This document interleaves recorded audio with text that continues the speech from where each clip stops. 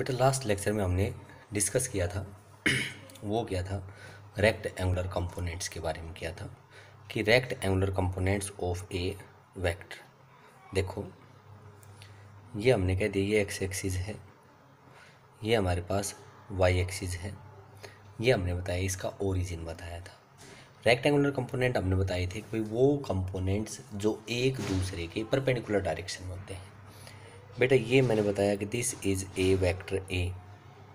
Now A का हम कहेंगे कि इफेक्ट है वो एक्स एक्सिस के अलोंग कितना होगा। ये मैंने मान लिया कि एंगल थीटा है तब हमने कैलकुलेट किया था कि ए का effect along X axis A X equals to A cos of theta and along Y axis A Y equals to A sine of theta. यही पढ़ा था हमने, यही स्टडी किया था। अब बेटा हम इसकी कुछ न्यूमेरिकल्स करते हैं। एक बात आपको याद रखनी है कि जिसके साथ एंगल बनता है उसके साथ कोस का कंपोनेंट जाएगा। मैं आपको यूँ कह दूँ कि अगर ये एंगल हमारे पास इस साइड में होता then we get in this direction A sine of theta and in this direction it becomes equal to A cos of theta के बराबर होता। अब देखो एक क्वेश्चन करते हैं। ये क्या है, a force is inclined at an angle of 60 degree to the horizontal.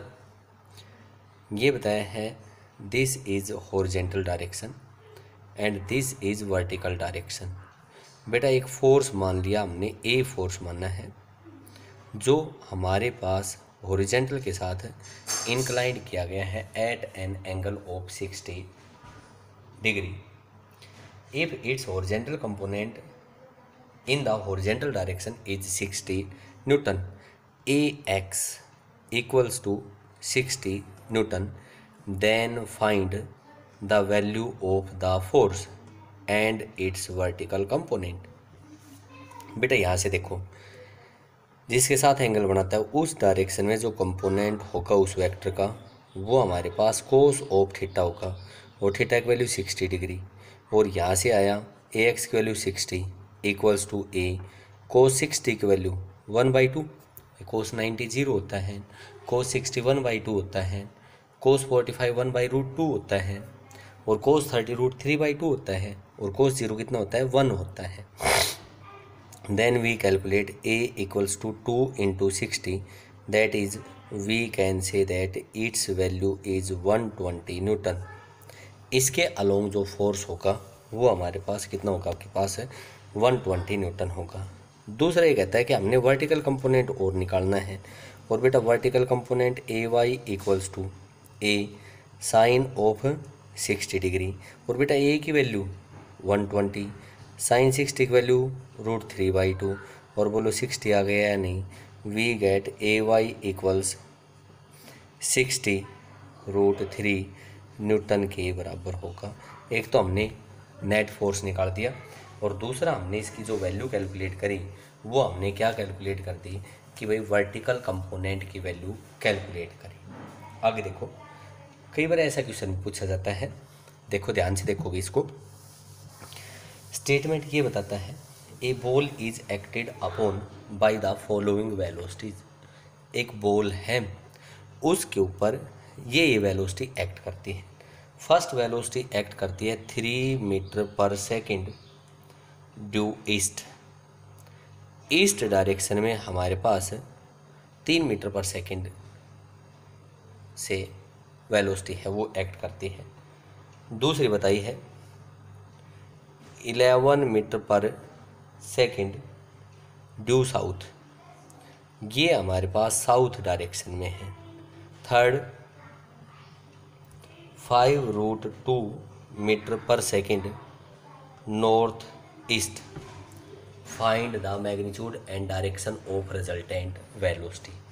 एक बॉल थी उसके ऊपर 3 वेलोसिटीज एक्ट करती हैं, ये फर्स्ट, ये सेकंड, ये थर्ड। बेटा यहाँ से ध्यान से देखोगे इसको डायग्रामिकली सोल्व करेंगे। बेटा हमारे सामने नॉर्थ डायरेक्शन, ये साउथ, राइट हैंड साइड में ईस्ट और ये कौन सी डायरेक्शन होगी बेटा, वेस्ट होगी। पहली वेलोसिटी बताई v1 इस साइड में, v1 वेलोसिटी बताई है and the v1 velocity is 3 metre per second, ठीक है। दूसरी बताइए साउथ डायरेक्शन में, इसको नाम दे दिया मैंने v2 और v2 equals to 11 metre per second. और थर्ड बताइए नॉर्थ ईस्ट, देखो नॉर्थ ये और ईस्ट ये, north east means in the middle of north and east, that is this is v3 and this equals to 5√2 metre per second. और बेटा जब ये बीच में एक्ट करती है तो बोलो ये एंगल कितने डिग्री का होगा आपके पास, 45 डिग्री का होगा। अब देखो बेटा यहाँ से बताओ आप v2 है, इसका इस साइड में कंपोनेंट होगा या नहीं होगा, और v2 का इस साइड में component v2 cos of 45 degree, ठीक है। v2 की वैल्यू कितनी दे रखी है, 5√2 और cos 45 की वैल्यू 1/√2, √2 से √2 कैंसिल आउट हो गया and it becomes equal to 5 metre per second. बेटा इसका रेक्टेंगुलर कंपोनेंट बोलो इस साइड में भी होगा या नहीं, और इस साइड में होगा तो ये आएगा v2 साइन ऑफ 45 डिग्री, √2 से √2 कैंसिल आउट हो गया एंड इन दिस डायरेक्शन ये हमारे पास कितनी आ गई, 5 मीटर पर सेकेंड के बराबर आ गई, it is equal to 5 metre per second. बेटा अगर मैं इसका अब नया डायग्राम बनाता हूँ, रिजल्टेंट डायग्राम होगा, तब आप क्या कहोगे, ये तो ईस्ट डायरेक्शन, ये नॉर्थ, ये साउथ और ये हमारे पास वेस्ट।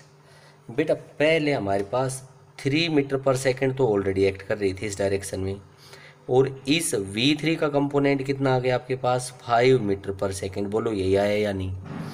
और इस साइड में पहले हमारे पास कोई था ही नहीं, लेकिन अब कितना एक्ट कर रहा है, 5 metre per second and in this direction हमारे पास कितनी एक्ट कर रही थी, 11 मीटर पर सेकेंड। बोलो रिजल्टेंट बन गया या नहीं। देखो ध्यान से, इधर 5 और इधर कितना है 11, तब बोलो बेटा रिजल्टेंट नीचे एक साइड में होगा, और जब रिजल्टेंट डाउनवर्ड डायरेक्शन में होगा, साउथ डायरेक्शन में होगा, then we can say that this is east, this is north, south, west. बेटा इस साइड में जो रिजल्टेंट वेलोसिटी आई वो मैंने मान ली v dash equals to 6 metre per second आई, और देखो 5 और 3 8, इस साइड में मान ली v double dash and this equals to 8 metre per second. अब देखो दोनों वेलोसिटीज़ के बीच का एंगल है वो कितने डिग्री का आपके पास, 90 डिग्री का।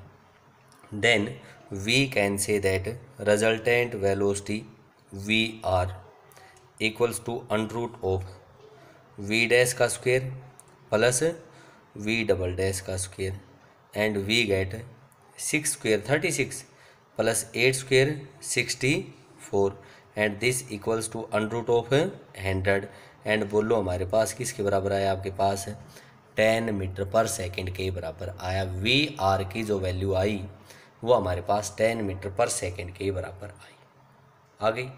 दूसरा बताया था इसने डायरेक्शन, क्या बताया था इसने, डायरेक्शन। और बेटा जब डायरेक्शन निकाली थी तब हमने कहा था कि टेंजेंट ऑफ अल्फा, और जब दो परपेंडिकुलर होते हैं तब हम कहेंगे कि vertical upon horizontal, vertical V dash और हॉरिजॉन्टल वी डबल डैश, और हॉरिजॉन्टल के साथ एंगल बना था ये, इसका मतलब ये वाला एंगल अल्फा होगा। एंड यहाँ से हमने कह दिया कि टेंजेंट अल्फा इक्वल्स टू 6/8 3/4 और alpha equals to tangent inverse 3/4 के बराबर होगा। कंप्लीट क्वेश्चन दोबारा देखो, ये कहा था कि एक बॉल है उसके ऊपर 3 वेलोसिटीज एक्ट करती हैं, 3 मीटर पर सेकेंड, 11, 5√2 डायरेक्शन दे रखे हैं। बेटा जब भी डायरेक्शंस दे रखी हो तब हम क्या कहेंगे कि नॉर्थ साउथ, राइट साइड में ईस्ट और लेफ्ट साइड में वेस्ट, यही बताया है। आगे देखो, आगे हमने बताया कि इस v3 का कंपोनेंट इस साइड में जाएगा v3 cos 45 डिग्री एंड इस साइड में जाएगा v3 sin 45 5 डिग्री। इधर 5 आया, इधर भी कितना आया 5। रिजल्टेंट डायग्राम ये वाला बना। इस साइड में नेट वेलोसिटी 8, 5 इधर है, 11 इस साइड में है, साउथ डायरेक्शन में 6, दोनों के बीच का एंगल 90 डिग्री। रिजल्टेंट निकाल दिया। डायरेक्शन अलोंग ईस्ट निकाला है हमने, और ये कितना आया आपके पास टेंजेंट इनवर्स 3/4 के बराबर आ गया। ठीक है, यहाँ तक कोई डाउट? आगे देखो, आगे क्वेश्चन और करते हैं। क्वेश्चन करने से पहले मैं थोड़ा सा आपसे डिस्कशन करता हूँ डिफरेंशिएशन का, उसका यूज़ करेंगे इस क्वेश्चन में। और यहाँ पे हमने एक फॉर्मूला बताया था डिफरेंशिएशन का, कि अगर फंक्शन है वो साइन थीटा है, मतलब d/d theta of sine of theta, then it equals to cos of theta. दूसरा, अगर हमारे पास फंक्शन है वो कोस का फंक्शन दे रखा है, तब हम कहेंगे कि ये होगा minus sine of theta. Angle के मल्टीपल में कुछ भी नहीं था। लेकिन अगर हमारे पास एंगल के मल्टीपल में अगर मान लो कोई कांस्टेंट हो, जैसे ये हो d/d theta of sine theta equals के साइन थीटा, देन हम कहेंगे इसका होगा आपके पास कोस ऑफ के theta into d/d theta of के थीटा, और के तो आगे आ गया, और ये बन गया कोस ऑफ के थीटा बना। एंगल के मल्टीपल में था वो आगे आ जाता है। देखो यहाँ पे एक क्वेश्चन ऐसा ही दे रखा है। क्वेश्चन क्या कहा है इसने, ये कहा है कि distance travelled by a point during the time t calculate करना है if it moves in xy plane according to the relation x बराबर a cos of omega t and y बराबर a into 1 minus sine of omega t, x equals to this and y equals to this, then calculate the distance travelled by the particle. और इसको अगर इस ऐसे करते हैं negative आएगा, इसको उल्टा भी कर सकते हो, एज इट इज़ भी कर सकते हो, कोई बात नहीं है। देखो यहाँ पे इसको हमने कह दिया कि x equals to this and y equals to this. बेटा हमें डिस्टेंस कैलकुलेट करने हैं इन टाइम t। भाई हमने डिस्टेंस का फॉर्मूला पढ़ा है कि distance is equal to speed का मैग्नीट्यूड या वेलोसिटी का मैग्नीट्यूड इनटू टाइम होता है। ठीक है, अब देखो भाई ये डिस्प्लेसमेंट, मैं अगर इसकी velocity along X axis calculate करूं तो V x equals to rate of change of displacement D X upon D T के बराबर होगा, and this equals to D upon D T of A cos of omega T. बेटा A constant है, A constant आगे आगे, D upon D T of cos of omega T, और cos का differentiation मैंने बताया था माइनस साइन ऑफ एंगल, और अगर कोई कांस्टेंट मल्टीपल में है तो कांस्टेंट आगे आ गया था, then we can say that a omega sine of omega t with negative sign. गलत तो नहीं है भाई, हमने बताया कि कोस ऑफ एंगल है तो उसका साइन ऑफ एंगल होता है विद नेगेटिव साइन, बट अगर कांस्टेंट मल्टीपल में है तो कांस्टेंट आगे आ गया, और we can say that v x equals minus a omega sine omega t. इसको इक्वेशन नंबर कह दो 1। आगे आओ भाई, क्या चाहिए, velocity along Y axis, v Y equals d y upon D t equals d by D T of a into 1 minus sine of omega T, और यहाँ से हमने कहा V Y equals a constant है ये तो बाहर आ गया, D by D T of 1 minus D upon D T sine of omega T, यही आएगा। बेटा 1 का differentiation 0, then we get V Y equals A, और साइन ऑफ ओमेगा टी का हमारे पास कितना आएगा omega into cos of omega T, already minus था तो ये माइनस लगा दिया, दिस इज इक्वेशन नंबर 2, यही आया। Now we calculate the resultant velocity. Vx and Vy both are perpendicular. Therefore, resultant velocity V equals under root Vx का square plus Vy का square, और यहाँ से हमारे पास आया V equals under root of Vx की वैल्यू है -a omega sine of omega T इसका whole square plus -a omega cos omega T whole square. ये आएगा बेटा, स्क्वेयरिंग कर लो।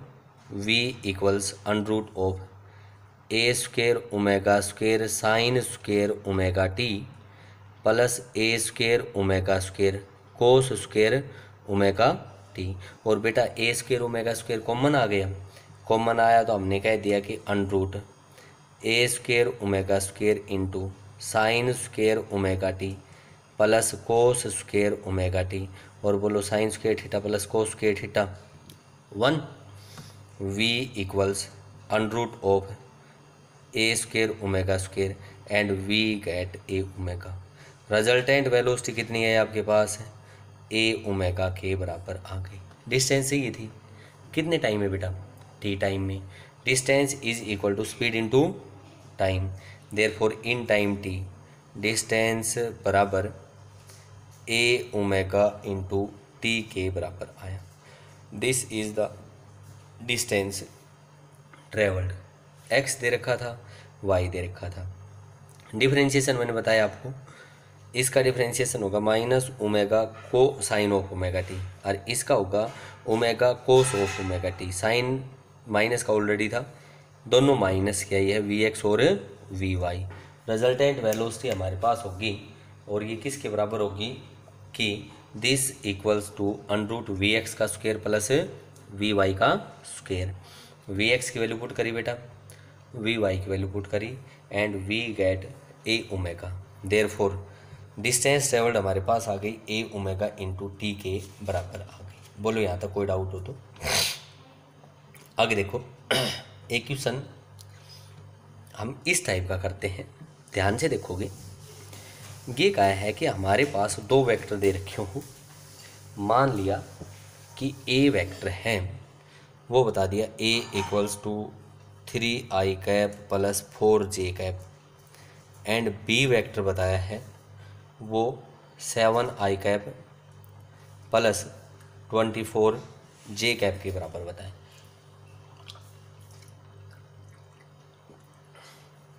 a vector this, b vector this. अब ये कहता है कि हमें एक वेक्टर फाइंड आउट करना है। Find a vector which is parallel to b vector and having the same magnitude as of a vector. A vector का जो मैग्नीट्यूड है वो तो हमारे पास किसी वेक्टर का मैग्नीट्यूड हो, लेकिन पैरेलल किसके होना चाहिए, बी के। भाई ए का पहले मैग्नीट्यूड निकाल लो, ए मैग्नीट्यूड, और a equal under root of 3 का square 9 plus 16 under root 25, and हमने कह दिया कि magnitude of a equals to 5 units के बराबर आ गया। मीटर है, सेंटीमीटर है, न्यूटन है, जो भी है।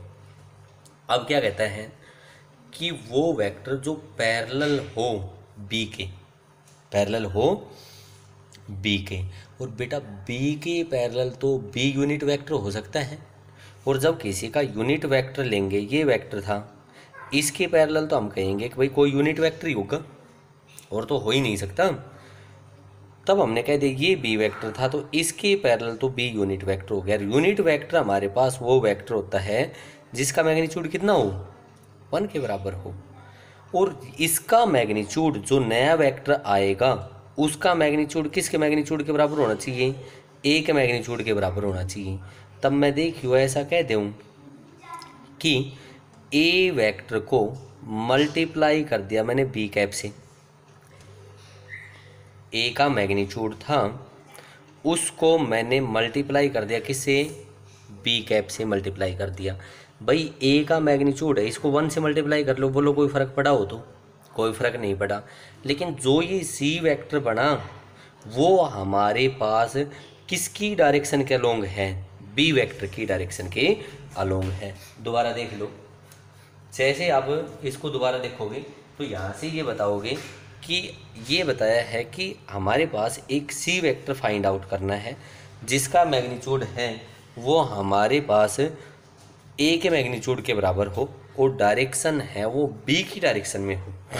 बी की डायरेक्शन में हो तो यहाँ पे हम कहेंगे कि जैसे बी की डायरेक्शन की बात करेगा तब हम कहेंगे कि सी इक्वल्स मैग्नीट्यूड ऑफ ए इसी के बराबर होगा।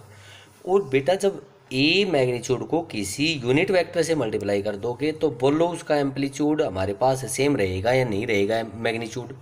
तब हम कहेंगे कि इसका मैग्नीट्यूड सेम है, देयरफॉर जो वेक्टर सी हैं वो पैरेलल तो होगा बी के along and its amplitude is equal to a vector. देखो अब पहले बी कैप निकालता हूँ मैं। B cap equals b vector upon magnitude of b vector.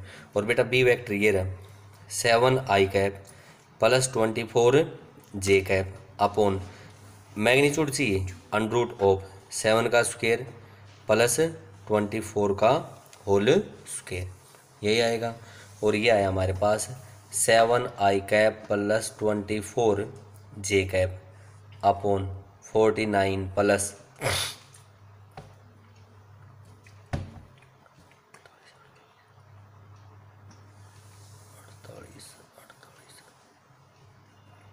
576। और ये आया हमारे पास 7 i cap plus 24 j cap upon 25 के बराबर आया। ये है जो यूनिट वेक्टर आया उसकी वैल्यू हमारे पास इसके बराबर आ गई। और जैसे इसके बराबर आई है, दोबारा कर ले, जैसे इसके बराबर आई है तब हमने कह दिया ये भी यूनिट वेक्टर हो गया। बेटा क्या चाहिए? सी वेक्टर चाहिए था। सी वेक्टर इक्वल्स ए का magnitude into b unit vector. और ए का मैग्नीट्यूड देखो कितना निकाला आपने 5 into 7 i cap plus 24 j cap upon 25, 5 5 जा 25। और ये कितना है 7 अपॉन 5 आई कैप प्लस 24 अपॉन 5 जे कैप के बराबर होगा। ये वो वेक्टर होगा जिसका एम्पलीट्यूड है वो 5 होगा, जिसका एम्पलीट्यूड हमारे पास 5 होगा। और डायरेक्शन किसके अलोंग होगी? बी के पैरेलल होगा। It will be along b vector.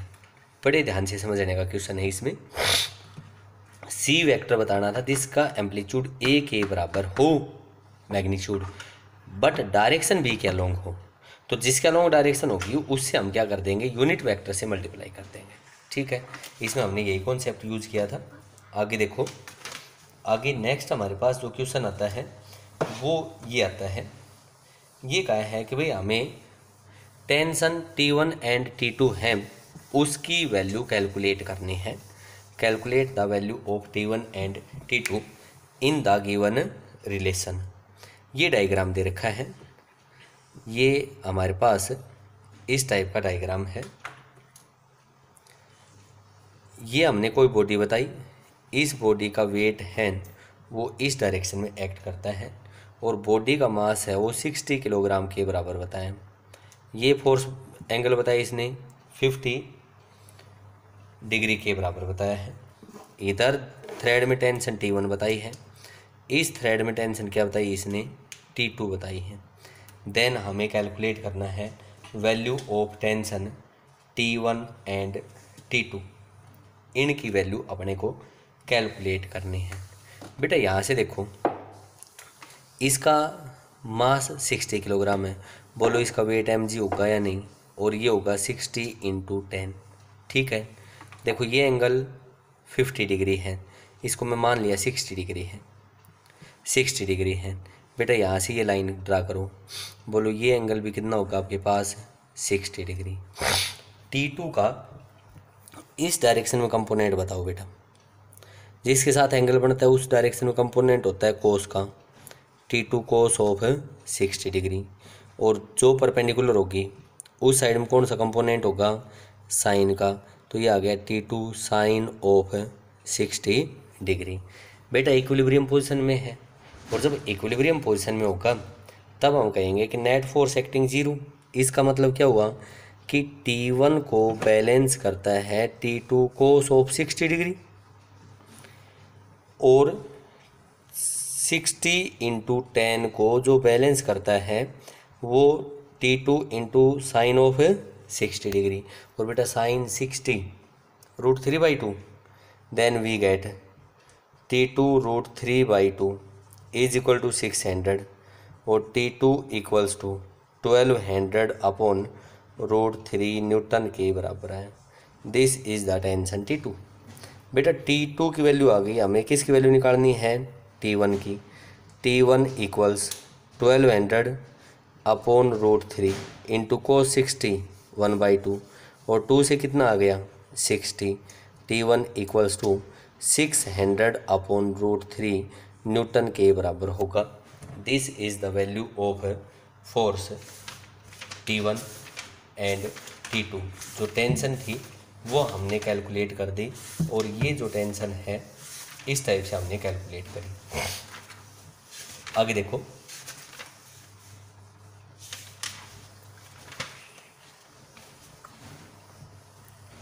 एक क्वेश्चन और देखो बेटा। ये कहा है कि हमारे पास कोई भी एक रोप थी, उसको हमने दो पोल्स के बीच में स्ट्रेच किया है। ये एक पोल कह दिया, एक ये पोल कह दिया। इनके बीच में हमने क्या किया कि इस रोप को हमने स्ट्रेच कर रखा है। These are the two poles.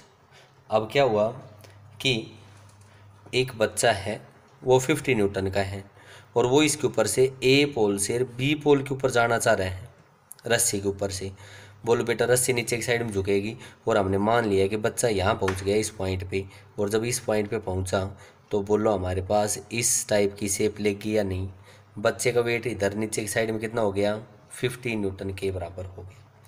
तब ये कहता है कि यहाँ पे जो एंगल बनेगा वो 30 डिग्री का बनेगा, और यहाँ जो एंगल बनता है वो बताया इसने 15 डिग्री के बराबर बताया है। At this point the angle is 30 degree and at this point the angle is 15 degree. इधर टेंशन T1 होगी, और इधर कितनी टेंशन होगी बेटा, T2 टेंशन होगी। Then find the value of T1 and T2। T1 और T2 है, इसकी वैल्यू कैलकुलेट करनी है। बेटा ये लाइन से देखिए, ये एंगल 15 डिग्री का, तो बोलो ये वाला एंगल भी 15 डिग्री का। ये 30 डिग्री का, तब बोलो ये वाला एंगल भी कितने डिग्री का होगा, 30 डिग्री का। ये T2 का इस साइड में कंपोनेंट बोलो T2 कोस ऑफ 15 डिग्री। इसके परपेंडिकुलर बोलो T2 sign of 15 degree. T1 का इधर कंपोनेंट बेटा T1 sine cos of 30 degree. इधर कितना होगा, T1 sine of 30 degree. Equilibrium position में है, इक्विलिब्रियम पोजीशन में है, तब मैं कह सकता हूँ कि T1 cos 30 degree equals to T2 cos 15 degree. ये होगा बेटा। और यहाँ से मैं क्या कहूँगा, T1 sine 30 plus T2 sine 15 degree equals to 50 newton के बराबर होगा। यही वैल्यू आएंगी, यही वैल्यू आएंगी बेटा। T1 की वैल्यू आ गई, और हमारे पास T1 और T2 में इक्वेशन आई। बेटा यहाँ से देखो अब आप कि इसकी वैल्यू तो हमें नोन है, बट इसकी वैल्यू भी नहीं पता और इसकी वैल्यू भी नहीं पता। इनकी वैल्यू मैं साइड में कैलकुलेट करता हूँ। बेटा देखियो, मैं इसको यूँ लिख दूँ, साइन 15 डिग्री को sine 45 degree minus sine of 30 degree, यही लिखेंगे। Sine 45 minus 30 degree is equal to sine of 15 degree.